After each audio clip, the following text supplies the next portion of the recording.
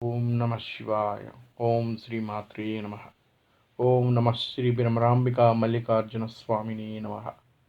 ఓం నాగేంద్రహారాయ త్రిలోచనాయ భస్మాంగధారాయ మహేశ్వరాయ నిత్యాయ శుద్ధాయ దిగంబరాయ తస్మై నకారాయ నమ శివాయ. భగవద్బంధువులందరికీ మా నమస్సుమాంజల్లు. శ్రీశైల దివ్యక్షేత్రంలో ఉన్న సిద్ధక్షేత్రాల గురించి మనలో ఎంతమందికి తెలుసు? వాటిల్లో ఎన్ని క్షేత్రాల్ని మనం దర్శించుకోగలిగాము, ఎంత పుణ్యం చేసుకుంటే ఇవన్నీ మనం చూడగలుగుతున్నాము అనేది ఎంతో ముఖ్యం. అటువంటి క్షేత్రాలని మీ అందరికీ దర్శింపజేసే ప్రయత్నం మా ఈ వీడియో ద్వారా అందించాలని మా స్పేస్లో ఈ వీడియోని సంకల్పంతో చూపించడానికి ప్రయత్నం చేస్తాం.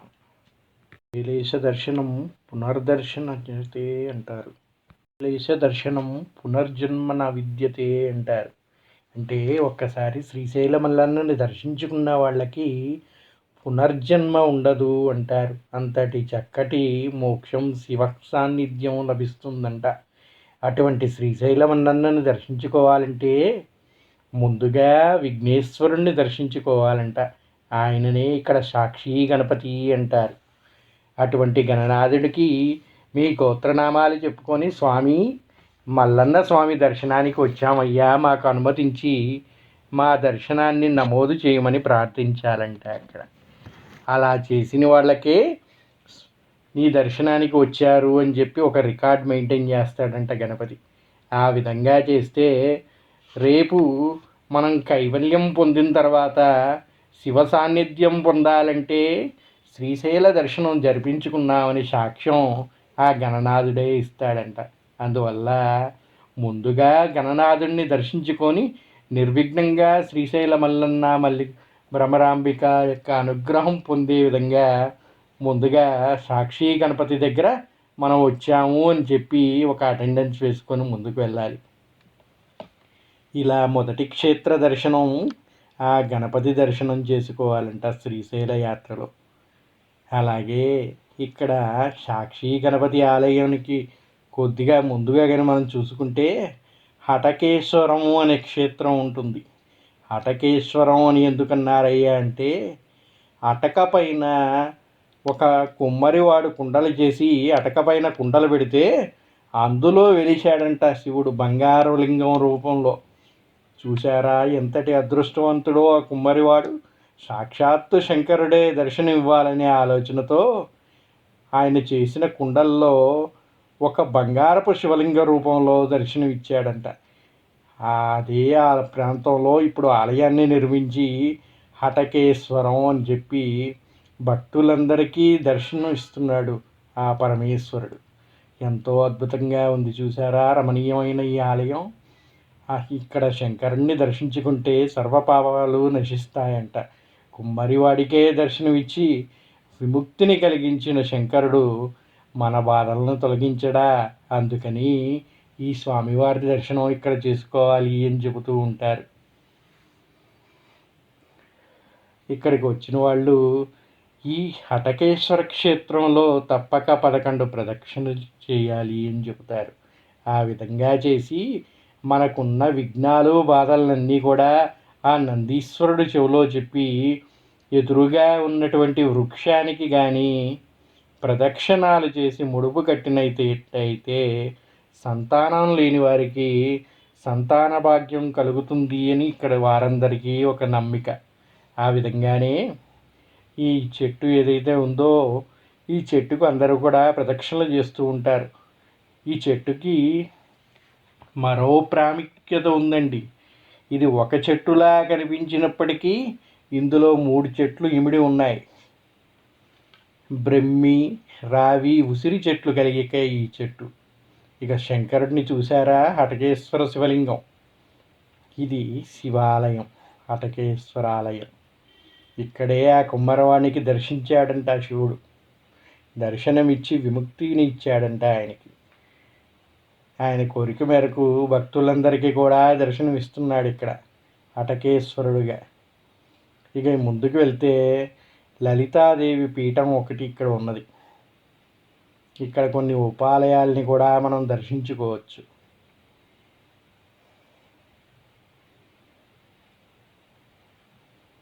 అలాగే ముందుకు వెళ్తే సుబ్రహ్మణ్య స్వామి క్షేత్రం, అమ్మవారు లలితాంబికాదేవి ఉపాలయం ఇక్కడ మనం దర్శించుకోవచ్చు.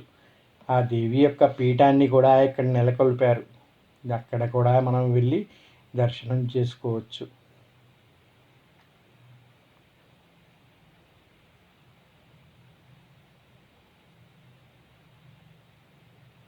ఈ కనిపిస్తున్నదే సుబ్రహ్మణ్య స్వామి యొక్క ఆలయం.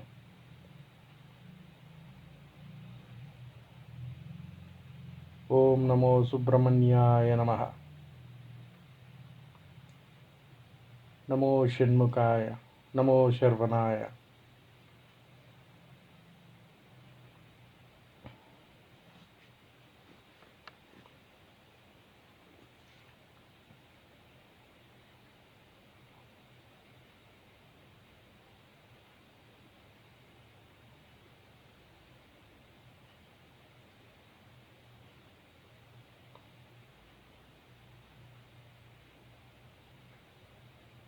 ఇక్కడ ఆ శక్తిపీఠం గురించి చెప్పుకున్నాం కదండి. శారదాంబాదేవి యొక్క పీఠం దేవీ పీఠం అని. ఆ లలితాదేవి పీఠం వాళ్ళు ఇక్కడ యాగాలు అవి జరిపిస్తూ ఉంటారంట. అందులో పాల్గొవాలనుకునే వాళ్ళు ఆ పీఠం వాళ్ళని సంప్రదించి పూజల్ని కూడా జరిపించుకోవచ్చు.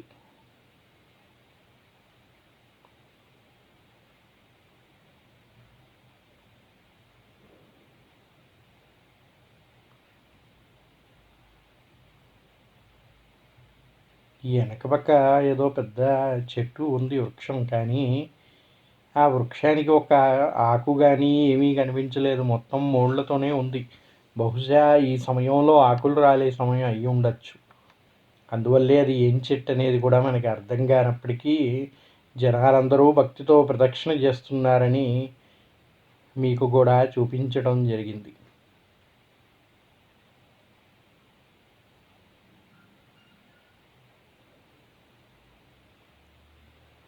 శ్రీశైల క్షేత్రమే ఒక సిద్ధక్షేత్రం అంటారండి. ఈ నల్లమల్ల అటవీ ప్రాంతం మొత్తం కూడా సిద్ధులు సంచరించిన ప్రదేశం. ఆ హరిహరులు ఇద్దరూ కూడా ఇక్కడ అడుగుడిగారని చెబుతారు. అందుకే అటు తిరుపతి కానీ ఇటు శ్రీశైలం కానీ రెండూ కూడా శ్రీశైలాలే. తిరుపతి అన్నా శ్రీశైలమే.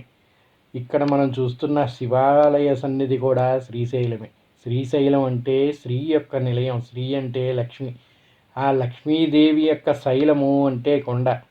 ఆమె యొక్క కొండ కనుకే ఎంతో సమృద్ధిగా అన్ని ఔషధాలతో నిండి మనందరికీ చక్కని ఆరోగ్యం ప్రసాదిస్తున్న నిలయం ఇది. ఇక్కడ భ్రమరాంబ మల్లికార్జునుని దర్శనం చేసుకునే పుణ్యం లభిస్తే అక్కడ శ్రీనివాసుని దర్శనం లభిస్తుంది మనకి. కనుక ఈ రెండు క్షేత్రాలు కూడా హరిహర క్షేత్రాలు. నల్లమల్ల అటవీ ప్రాంతంలోనే రెండు ఉన్నాయి. దీన్ని దర్శించుకునే భాగ్యం మనకి లభించిందంటేనే అది పూర్వజన్మ సుకృతం. ఇక్కడ ఉన్న ఉపాలయాలకు కూడా ప్రతి ఆలయానికి ఒక చరిత్ర ఉన్నది. గణపతి చూసారా ఎంత చక్కగా ఉన్నాడో. మా నాన్నని చూడటానికి ఎవరెవరు వస్తున్నారు ఏంటి అని ఒక కన్ను వేసి ఉంచుతాడంట. అందుకే ముందుగా వచ్చిన వాళ్ళు ఎవరైనా కూడా సాక్షి గణపతి దగ్గరికి వెళ్ళి ఆయనకి సాక్ష్యం ఇచ్చి రావాలి. స్వామి మేము వచ్చాము, మమ్మల్ని ఒక కంట కనిపెట్టు, మమ్మల్ని రక్షించు, నిర్విఘ్నంగా మాకు దర్శన భాగ్యం కలిగేటట్టు చూడు స్వామి, మాకన్నీ శుభాలు చేకూరేటట్టు ఎదురుగా చూసుకుంటే పాలధార పంచదార అనే ఒక ప్రదేశం ఉన్నదండి. ఇక్కడ నిత్యం కూడా జలధార ప్రవహిస్తూ ఉంటుంది. ఈ పాలధార పంచదార అంటే అదేదో పాలో పంచదార కలిపిన నీళ్లు కాదండి. దీని ప్రత్యేకత ఏమిటంటే శివుని యొక్క పాల భాగాన్ని నుంచి తాకి కారేదే పాలధారగా, పంచదారలుగా ప్రవహించే దారల్ని పంచదారలుగా చెబుతూ ఉంటారు. ఎంతో మహిమాన్వితమైన ఈ తీర్థాన్ని తప్పక దర్శించాలండి శ్రీశైలం వచ్చిన వాళ్ళు. మనకి ఇప్పుడు పంచదారలు కనిపిస్తున్నాయి కదా, ఒక్కొక్క దారికి ఒక్కొక్క విశిష్టత ఉన్నది. ఇక ఫాల భాగం నుంచి కారే ఆ శివుని ఫాల భాగాన్ని తాకి కారే ఆ ఫాలధార వర్షాలు లేనందున ప్రస్తుతానికి మనం చూడలేకున్నప్పటికీ ఈ పంచదారాలు అనేవి ఈ నిలయంలో ఇప్పుడు మనం చూడగలుగుతున్నాం. చూసారా 5 దారాలుగా ఏ విధంగా ప్రవహిస్తున్నదో? దీనినే పంచదారలు అంటారు. ఇక్కడే ఆదిశంకరాచార్యులు వారు తపస్సు చేశారు అని చెప్తారు. ఈ క్షేత్రానికి వచ్చినప్పుడు ఆయనకి ఈ సన్నిధి ఎంతగానో నచ్చి ఇక్కడే ప్రశాంతంగా తపస్సు చేసుకున్నారంట. ఆయన శిష్యుడైన శారదా చంద్రశేఖర స్వామి కూడా ఇక్కడే తపస్సు చేసుకున్నారంట.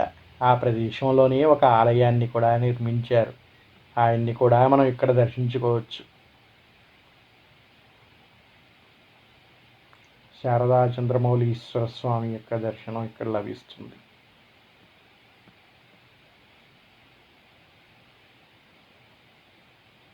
ఆ పంచదారలు చూడండి ఏ విధంగా వస్తున్నాయో. ఏ క్షణంలో మనం ఎటువంటి పరిస్థితుల్లో ఇక్కడికి వచ్చినా కానీ స్వామివారికి ధూళి దర్శనమే కనుక ఇటువంటి తీర్థాన్ని దర్శించినప్పుడు నెత్తిన నీళ్లు జల్లుకొని వెళ్తే ఆ పుణ్యం మనకి లభిస్తుందంట. 150 మెట్లు ఉన్నాయండి ఈ క్షేత్రానికి చేరటానికి. మనం హటకేశ్వరం నుంచి ఎదురుగా చూసుకున్నట్టయితే కిందకి 150 మెట్లు దిగి వెళ్తే మనకి ఫాలధార పంచదార దర్శించుకునే అవకాశం లభిస్తుంది. కొద్దిగా పెద్దవాళ్ళకి మోకాలు నొప్పులు ఉన్నవాళ్ళు అంతగా ప్రయాసపడి వెళ్ళలేరు, కానీ చిన్నవాళ్ళు వెళ్ళి వాళ్ళకి అక్కడ తీర్థాన్ని కొంచెం ఏదన్నా బాటిల్లో కానీ గిన్నెలో కానీ పట్టుకొచ్చి వాళ్ళ మీద చల్లచ్చు. ఇది వర్షాకాలంలో అటువంటి సమయంలో కొంచెం నీరు ఎక్కువగా ఉన్న సమయంలో చూస్తే పెద్ద జలధారలాగా పెద్ద జలపాతంలాగా కనిపిస్తూ ఉంటుంది.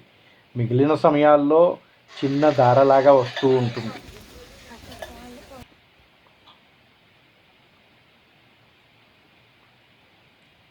మొత్తంగా పైనుంచి కింద వరకు 150 మెట్లు ఉన్నాయండి.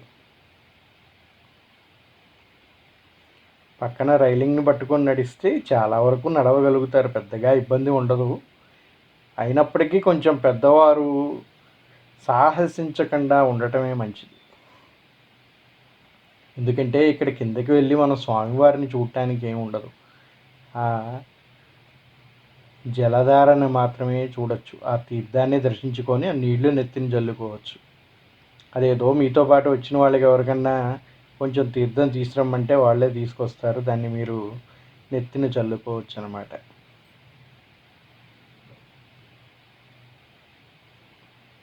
ఇక్కడ కొంచెం ఆయుర్వేదం వనమూలికలు అవి కూడా లభిస్తూ ఉంటాయి. అడవిలో దొరికేటువంటి చక్కని వనమూలికలు కానీ ఇంకేమన్నా చిన్నపిల్లలకి ఏమన్నా బొమ్మలు అవి కొనుక్కోవాలన్నా ప్రసాదాలు ఏమన్నా తీసుకోవాలన్నా కూడా ఇక్కడ నుంచి తీసుకోవచ్చు. అన్ని కొట్లు కూడా ఉంటాయి అన్నమాట. ఇక్కడ ముఖ్యంగా మూలికలని చెప్తే అమ్ముతూ ఉంటారు. వాటిల్లో కొంచెం వాటి గురించి తెలిసిన వాళ్ళు మంచివి చూసి తీసుకోవచ్చు.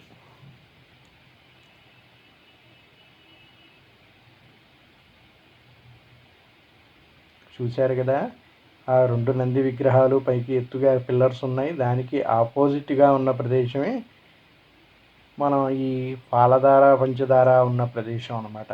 రోడ్డుకి ఇటువైపుగా అటకేశ్వరం అటువైపు ఉంటే ఇటువైపుగా చూసుకుంటే మనకి పాలధార పంచదార ఉంటాయి. అది శ్రీశైలం బ్యాక్ వాటర్స్ అండి. ఇక్కడ సిద్ధరామప్ప కొలను అని ఉన్నది. సిద్ధుడైన రామప్ప శివుని కొరకు ఇక్కడ ఘోరమైన తపస్సు చేశాడంట. ఆయన తపస్సుకు మెచ్చిన శివుడు ఆయనని కూడా ఒక దారగా మార్చి ఇక్కడ సిద్ధరామప్ప కొలను అని ఒకటి ఏర్పాటు చేశాడు. అది ఈ రోజుకి మనం దర్శించుకోవచ్చు. ఒక జలపాతంలాగా నిత్యము స్వామివారిని స్మరిస్తూ ఇక్కడ సిద్ధరామప్ప ఈనాటికి వెలిసి ఉన్నాడు అని చెప్తూ ఉంటారు.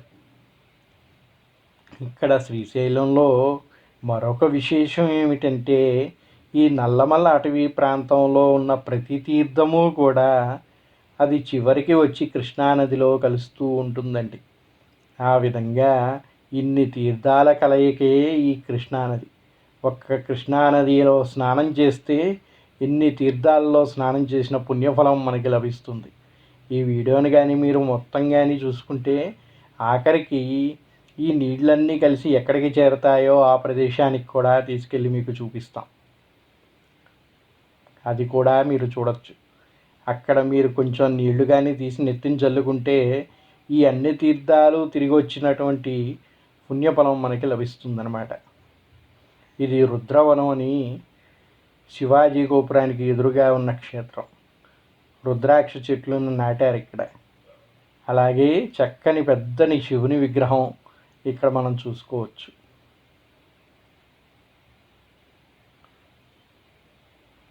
శ్రీశైలం దేవస్థానాలు వారు ఎంతో కష్టపడి చక్కగా ఇక్కడ పెద్ద పార్క్ లాగా కట్టారండి. ఎంతో ఆహ్లాదంగా ఉంటుంది. ఎంతో ఎత్తైన శివుని విగ్రహాన్ని కూడా మనం ఇక్కడ చూడొచ్చు. అలాగే రుద్రాక్ష వనం కనుక చక్కగా కొద్దిసేపు ఇక్కడ సేద తీరితే చాలు. రుద్రాక్ష అంటేనే దివ్య ఔషధం, రుద్రుని యొక్క అక్షగా చెప్పుకుంటాం. అటువంటి రుద్రాక్ష చెట్ల యొక్క వనం ఇది. ఇక్కడ గాలి పీలిస్తే చాలు మన యొక్క ఆరోగ్యం సమృద్ధిగా వృద్ధి చెందుతుంది అని చెప్పవచ్చు.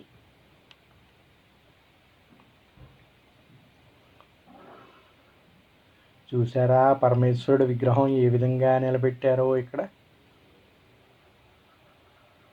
ఇక్కడ నుంచి మనం చూసుకుంటే ఆ సిద్ధరామప్ప కొలను యొక్క తీర్థాన్ని మనం దర్శించుకోవచ్చు.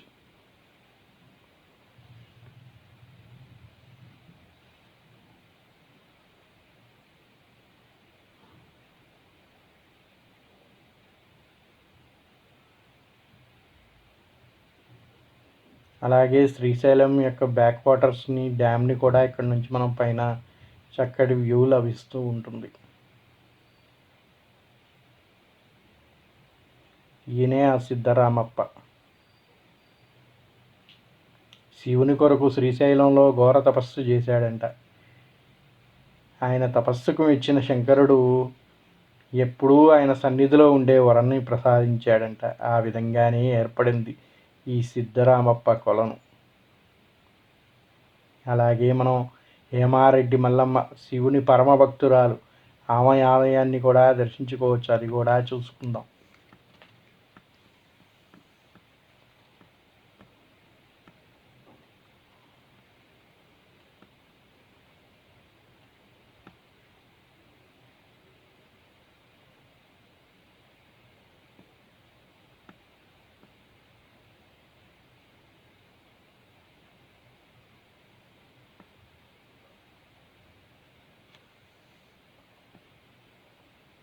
సిద్ధరామప్ప కొలను ఇదేనండి.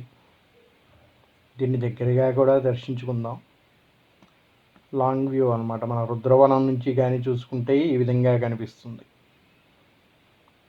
అక్కడి నుంచి కొంచెం ర్యాంప్ ద్వారా ముందుకు వెళ్ళినా కూడా ఈ మెట్ల మార్గం దగ్గరికి వెళ్ళొచ్చు. కానీ కొంచెం నీళ్ళు ఎక్కువగా ఉన్నప్పుడు జారుడుగా ఉంటుంది కనుక అది సేఫ్ కాదు. దీనికి మరో మార్గం ఉన్నది. కొంచెం ముందుకు వెళ్తే రోడ్డు పక్క నుంచి దారి ఉంటుంది. అక్కడ నుంచి మెట్లు దిగి వెళ్తే సిద్ధరామప్ప కొలను దర్శించుకోవచ్చు.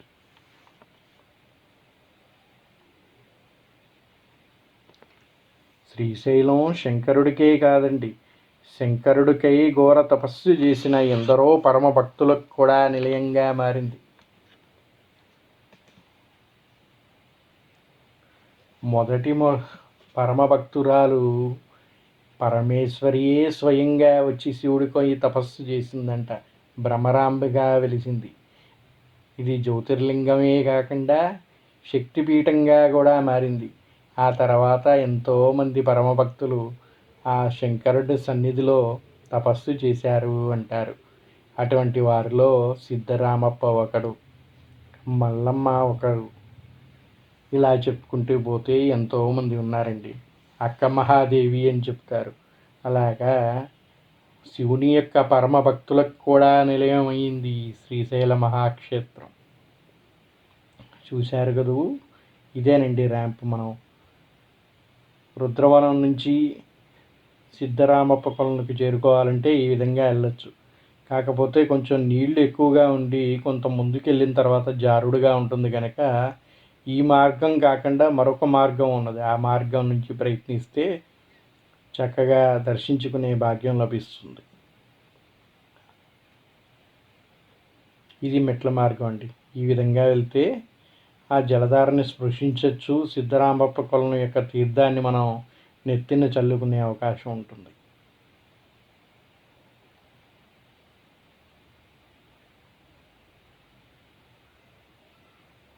ఇక్కడ నుంచి కిందకి పెద్ద వాటర్ ఫాల్ ఉంటుంది, కానీ ఈ దగ్గరికి వెళ్ళినప్పుడు మనకు అది కనిపించదు. దూరం నుంచి చూస్తేనే ఆ వాటర్ ఫాల్ కనిపిస్తూ ఉంటుంది.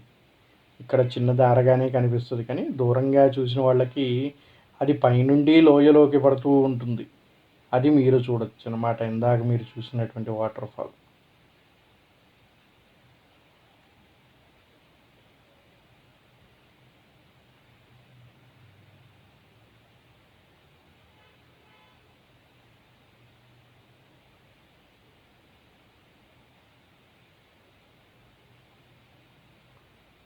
ఇక శివుని పరమ భక్తురాలైన హేమారెడ్డి మల్లమ్మ గురించి చెప్పుకోవాలి. ఇది ఆమెని యొక్క ఆలయంగా చెప్తారు. శివునికై ఘోర తపస్సు చేసి ఆయన వచ్చినప్పుడు ఆ ఆనందంతో ఆమె కన్నీరు పెట్టిందంట. ఆ కన్నీరు నేటికి కూడా ఒక జలధారలాగా ఈ ఆలయంలో మనం దర్శించుకోవచ్చు. అందుకే దీన్ని మల్లమ్మ కన్నీరుగా పిలుస్తూ ఉంటారు. ఆ హేమారెడ్డి మల్లమ్మ యొక్క ఆలయం ఇది.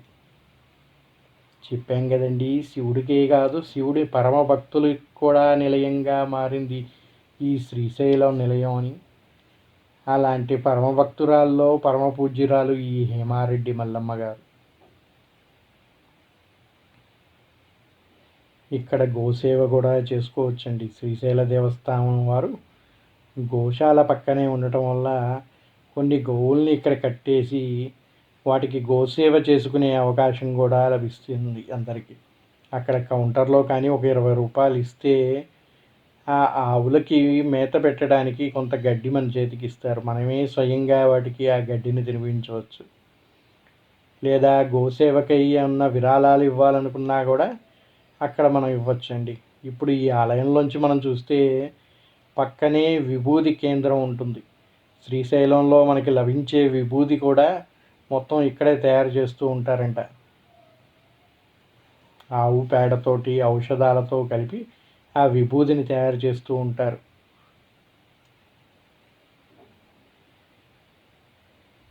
ఆ కనిపించేదే ఆ విభూది తయారీ క్షేత్రం. ఆ పక్కనే శ్రీశైలం గోవులు.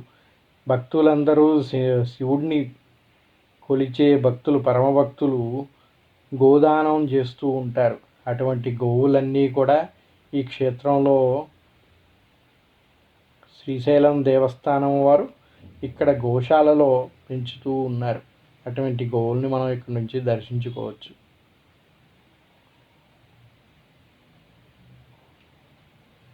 ఇదే రండి హేమారెడ్డి మల్లమ్మ క్షేత్రం.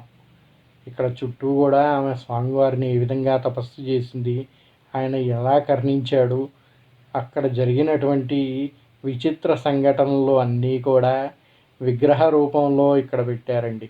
దాన్ని మనం అంతా చూడవచ్చు. ఇక్కడ ఆ వెనక పక్క కనిపిస్తున్నాయి కదా గోవులు, అవన్నీ కూడా శ్రీశైల గోశాలకు సంబంధించిన గోవులు.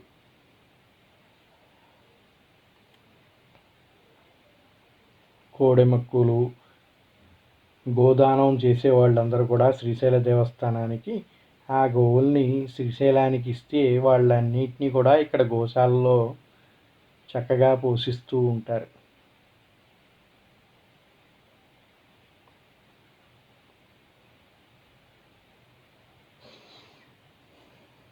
అంతా కూడా ఇక్కడ హేమారెడ్డి మల్లమ్మ యొక్క చరిత్ర మొత్తాన్ని కూడా విగ్రహ రూపంలో చక్కగా సిమెంట్ తోటి తయారు చేసి చుట్టూ ఏర్పాటు చేయడం జరిగింది. ఆమె చరిత్ర తెలుసుకోవాలనుకునే వాళ్ళు ఒక్కసారి ఈ ఆలయాన్ని దర్శిస్తే చాలు, మొత్తం కూడా వీటి ద్వారా తెలుసుకోవచ్చు. అలాగే కాకుండా ఇక్కడ స్థల పురాణం కూడా ఉందిలేండి, దాన్ని కూడా చూసి మనకు అర్థమవుతుంది. లోన అయ్యగారు కూడా మొత్తం వివరిస్తారు. ఇది ఆలయం, కానీ లోపల ఆలయంలో మనం వీడియో తీసే పర్మిషన్ లేనందువల్ల ఆ మల్లమ్మ కన్నీరుని వీడియో రూపంలో మీకు చూపించలేకపోతున్నాం. అచ్చం ఒక కన్ను రూపంలో ఉండి ఆ కన్నులోంచి నీరు ప్రవహిస్తున్నట్టుగా ఉంటుందండి. అదే మల్లమ్మ కన్నీరు. అక్కడి నుంచి నిత్యం కూడా జలధార వస్తూ ఉంటుంది. ఆమె ఆనంద బాష్పాలుగా చెబుతారు దాన్ని.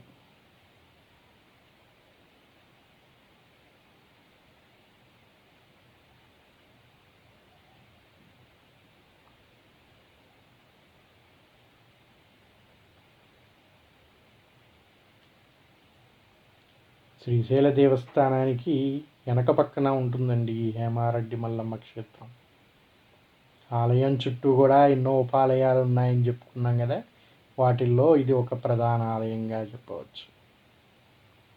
శ్రీశైల భ్రమరాంబిక మల్లికార్జునుని దర్శించుకున్న తర్వాత ఆ వెనక మార్గం చుట్టూ ప్రదక్షిణ మార్గం లాగా ఉంటుంది రోడ్డు.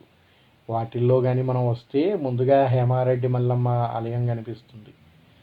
ఆ తర్వాత పంచమఠాలు ఉంటాయి. అలాగే శ్రీశైలానికి అతి ముఖ్యమైన ప్రదేశం శిఖర దర్శనం అని చెప్తారు. ఒకసారి ఈ శిఖరం ద్వారా శ్రీశైల శిఖరాన్ని ఇక్కడ నంది ద్వారా చూశారంటే మోక్షం లభిస్తుంది అని చెప్తూ ఉంటారు. అటువంటి పరమ పవిత్రమైన ప్రదేశం ఇది, శిఖర దర్శనం అంటారు దీన్ని. ఇక్కడ చరణంది అని ఉంటుందండి.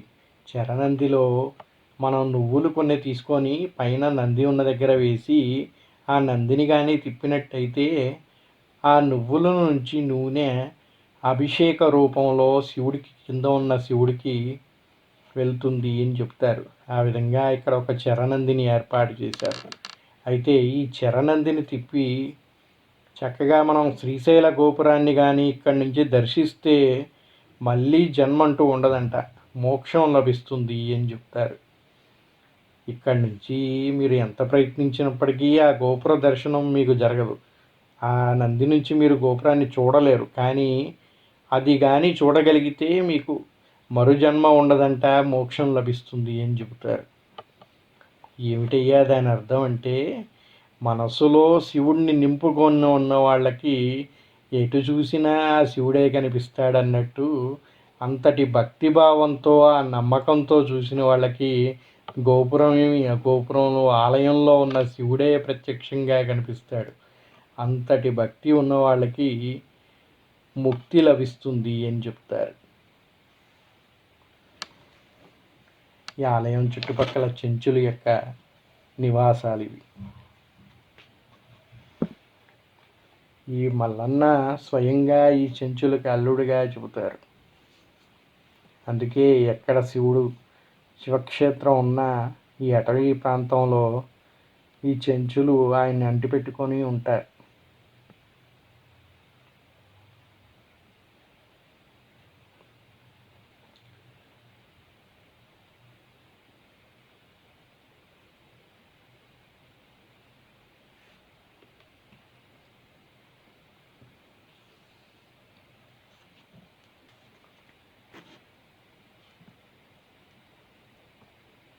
ఇది టికెట్ కౌంటర్ అండి. ఇక్కడ టికెట్ తీసుకొని శిఖర దర్శనానికి వెళ్ళడానికి పైకి మెట్లు ఎక్కి వెళ్ళాలి. మనం పైన చరణంది దగ్గర నువ్వులు వేసి నందిని తిప్పితే నూనెగా శివునికి అభిషేకం జరుగుతుందన్నాం కదండి. ఆ శివుడు ఇక్కడ ఉన్నాడనమాట. ఈ గుడిలో శివుడిని చూడొచ్చు. ఈ శివుడికి అభిషేకం చేయడానికి ఆ పైన శిఖరం మీద చరణందిని ఏర్పాటు చేశారు. అది ఒక నూనె గానుగ అన్నమాట. ఆ నందీశ్వరుడిని భక్తిభావంతో ఆ నువ్వులు వేసి మొక్కుతూ దాన్ని కానీ తిప్పినట్టయితే, అది తిప్పినప్పుడు కింద ఉన్న గానుగ దాన్ని నలిపి దానిలోని నూనెని శివుడికి అభిషేకం జరిపిస్తుందంట.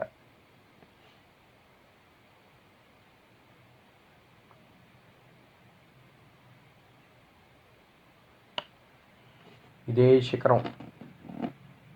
ఈ శిఖరం పైనే మనం ఆ చిరనందిని చూసుకోవచ్చు. దాని కొమ్ముల్ని కానీ పట్టుకొని అక్కడ నువ్వులు వేసి దాన్ని తిప్పినట్టయితే కింద ఉన్న శివుడికి అభిషేకం జరుగుతుంది. ఆ తిప్పేటప్పుడు శ్రీశైల ఆలయం ఉన్న దిక్కున వైపు తిప్పి ఆ నంది కొమ్ముల్లోంచి మనం ఆ గోపుర దర్శనం చేసుకోవాలి అని చెబుతారు. చూసారా, ఆ దూరంగా కనిపిస్తూ ఉంది కదా, అదే అక్కడ భ్రమరాంబిక మల్లికార్జునుల యొక్క ఆలయం. ఆ ఆలయ శిఖరాన్ని ఇక్కడ నుంచి దర్శించుకోవాలి అని చెప్తారు. మామూలుగా చూస్తే ఏదో చిన్నగా అక్కడ ఏదో ఉన్నట్టు కనిపిస్తుంది, కానీ ఈ నంది నుంచి చూస్తే మనకి అసలు అక్కడ ఏమీ కనిపించదండి. కాకపోతే భక్తితో నమ్మకంతో శివుడిని మనసులో నింపుకొని చూస్తే ఆ దర్శనం లభిస్తుంది అని చెప్తారు పెద్దలు. ఇప్పుడు జనాలందరికీ శిఖర దర్శనం అనగానే ఆ శివుడిని చూడటం, ఆ శిఖరాన్ని చూడటం అనేది ఒక్కటే తెలుస్తుంది, కానీ అక్కడ నువ్వులు వేసి ఆ చరణందిని తిప్పటం వల్ల కిందున్న శివుడికి అభిషేకం జరుగుతుందనే విషయం చాలామందికి తెలియదండి. అసలు దాన్ని ఏర్పాటు చేయడం వెనక రహస్యం అది. ఇంకోటి, ఆ కాలంలో ఎక్కువగా హాస్పిటల్స్ అవి లేకపోవడం వల్ల ఎవరన్నా ఆరోగ్యం సరిగా లేని వాళ్ళు కానీ, ప్రెగ్నెంట్ లేడీస్కి కానీ ఎవరైనా ఇబ్బందులు కలిగితే ఆలయం దగ్గర దొరికే ఈ నువ్వుల నూనెని ఔషధంగా తీసుకెళ్ళేవాళ్ళంట.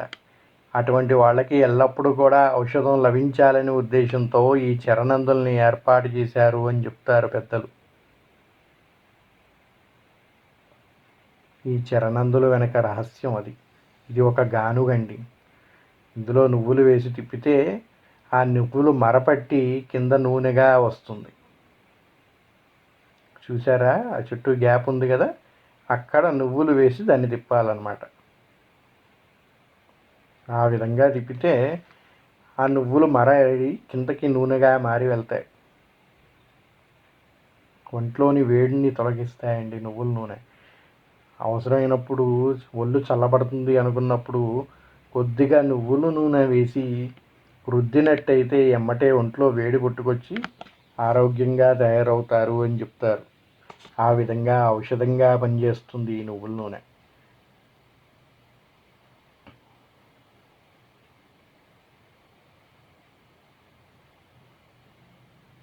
అప్పటికప్పుడు కావాలంటే ఎక్కడ లభిస్తుందంటే ఇట్లా శివాలయాల్లో చరణందులు ఉన్న దగ్గర మాత్రమే అది లభిస్తుంది. ఎందుకంటే స్పాంటేనియస్గా మనం వేసి తిప్పితే కిందకి నూనె వచ్చేస్తుంది. అలాగ ఒక పక్కన శివుని ప్రసాదంగా, ఒక పక్కన ఔషధంగా ఇది లభించటం వల్ల దీని ద్వారా అందరికీ ఆరోగ్యం కలిగింది అని చెప్పేసి ఒక నమ్మకం.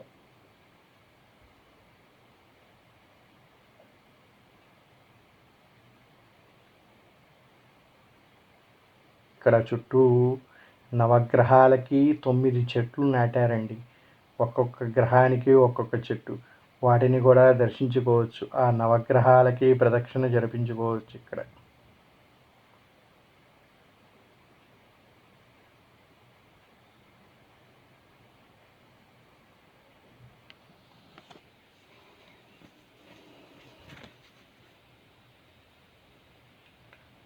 ఇదే ఆ శంకరుడి నిలయం.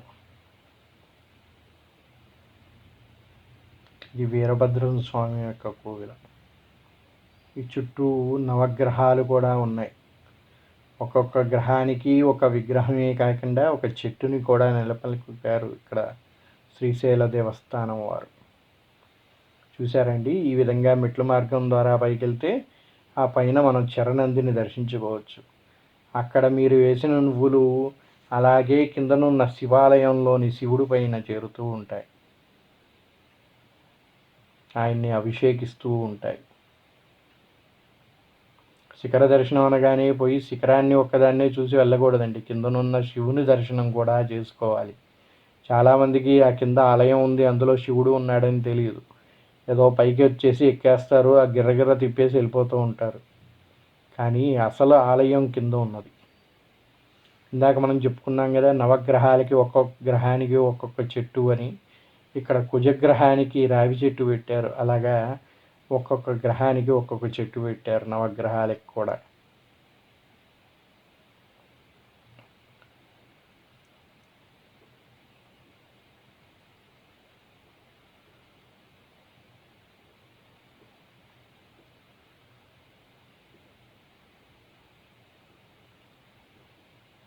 ఎంతో సుందరమైన ఈ నల్లమల్ల ఇలాగా ఈ ఆలయాలన్నీ దర్శించుకొని వెళ్ళేటప్పుడు కానీ వచ్చేటప్పుడు కానీ కిందనున్న పాపనాశనాన్ని దర్శించుకోవాలి అంటారు. దీన్నే పాతాళ గంగా అని కూడా అంటారు. మనం ముందు చెప్పుకున్నాం కదా, అన్ని తీర్థాలకు నెలవైన కృష్ణానదిని దర్శించుకొని అక్కడ నీటితో స్నానం చేసినా ఆ నీరు నెత్తి మీద చల్లుకున్న ఈ తీర్థాలన్నీ దర్శించిన పుణ్యం లభిస్తుందని. అది ఇక్కడేనండి పాతాళగంగ. ఈ పాతాళగంగకి ఎంతో ప్రాముఖ్యమైన చరిత్ర కూడా ఉంది.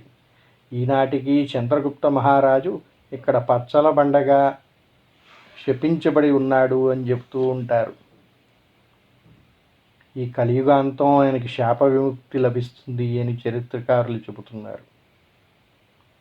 ఇక్కడ నీరు కూడా మనం చూసుకుంటే పచ్చగా కనిపిస్తూ ఉంటుంది. ఎందుకయ్యా అంటే ఆ మహారాజుని ఇక్కడ పచ్చల బండగా పడి ఉండమని శివుడు శపించాడంట చంద్రమౌళీశ్వరుడు.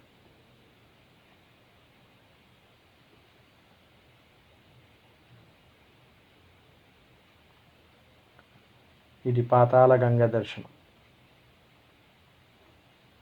డ్యామ్ తర్వాత ఉండే వాటర్ అండి ఇదంతా.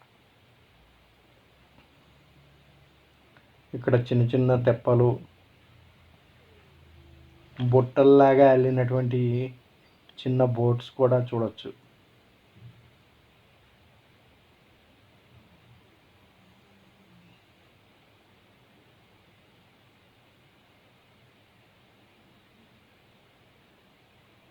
శ్రీశైలం వచ్చిన వాళ్ళు ఆ భ్రమరాంబిక మల్లికార్జునులే కాదు, ఈ క్షేత్రాలని అన్నింటినీ చూసి ఆనందంగా ఆ దేవదేవతల యొక్క అనుగ్రహ కటాక్షాల్ని పొందాలని, సర్వదా ఆ పరమేశ్వరుడి అనుగ్రహం మీకు మీ కుటుంబ సభ్యులకి ఎల్లప్పుడూ కలగాలని ప్రార్థిస్తూ స్వస్తి.